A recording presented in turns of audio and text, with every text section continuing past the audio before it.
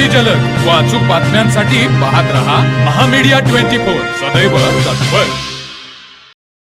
राजारामपुरीतील 9व्या गल्लीत असलेल्या चव्हाण चेंबरमध्ये सुरू असलेल्या एका वादाची तक्रार 112 या आपत्कालीन क्रमांकावर मिळताच पोलिसांनी तात्काळ घटनास्थळी धाव घेतली। मात्र तेथे सुरू असलेल्या वादाची माहिती घेताना शासकीय अनुदानाच्या बहाण्याने जिल्ह्यात सुरू असलेल्या एका मोठ्या फसवणूक रॅकेटचा उलगडा झाला।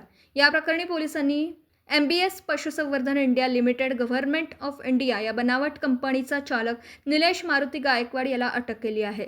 संशयित आरोपी गायकवाड याने राजारामपुरीत भारत सरकारच्या पशुसंवर्धन उपविभागीय अधिकारी या नावाचं बनावट कार्यालय थाटलं होतं। जनावरांच्या खरेदीसाठी 10 लाखांचं शासकीय अनुदान मिळवून देणं, जनावरांचा विमा उतरवणं आणि विविध सरकारी योजनांचा लाभ मिळवून देण्याचं आमिष दाखवून त्याने जिल्ह्यातील अनेक गावांमधून शेतकऱ्यांकडून लाखो रुपये गोळा केले।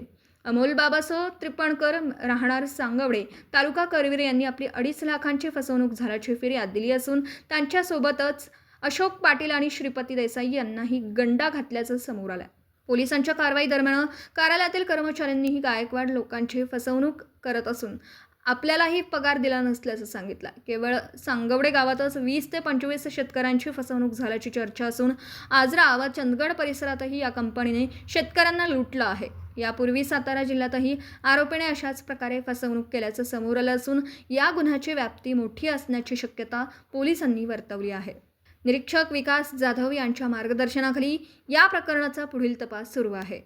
तर मग चला सबस्क्राईब करायला विसरू नका महामीडिया 24 न्यूज चॅनलला। महामीडिया 24 सदैव तत्पर।